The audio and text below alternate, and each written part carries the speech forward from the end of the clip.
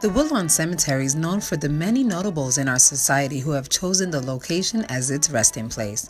One of those people is Herman Melville, author of the American classic Moby Dick.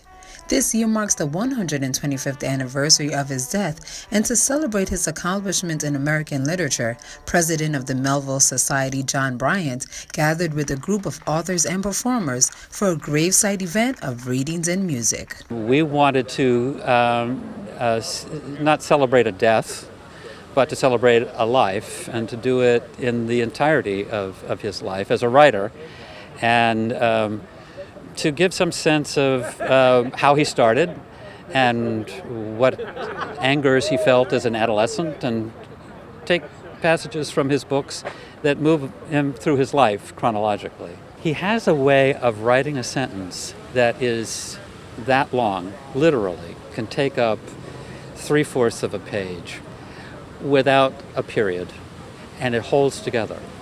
And you read it and you follow it through, and it holds together because of a rhythm that he has. He loses his identity, takes the mystic ocean at his feet for the visible image of that deep blue, bottomless soul, pervading mankind and nature. There's something wonderfully joyous and obsessive and dark at the same time, and how his writing captures sort of the undulations of consciousness in a way that is just, there's nothing. It's unmatched in my view. So I'm drawn to it. But it's something it's hard to kind of just dip your toe. It's sort of, I think Melville is really most rewarding when you just dive in deep, when you really kind of work your way through all of Moby Dick and all its kind of maddening digressions, and just embrace that that's what it is. But so I'm in love with it. The staff at Woodlawn made note that those who came out were not the only lovers of Melville.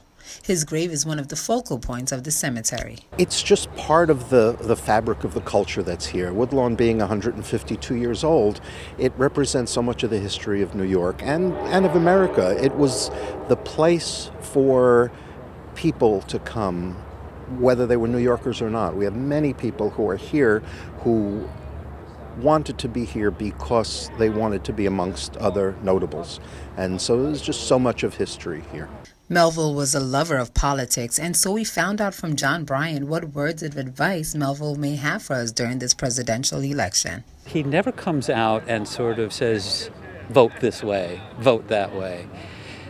He's always saying, think about your situation as a person living in a democracy. And I think in many ways people have picked up on that.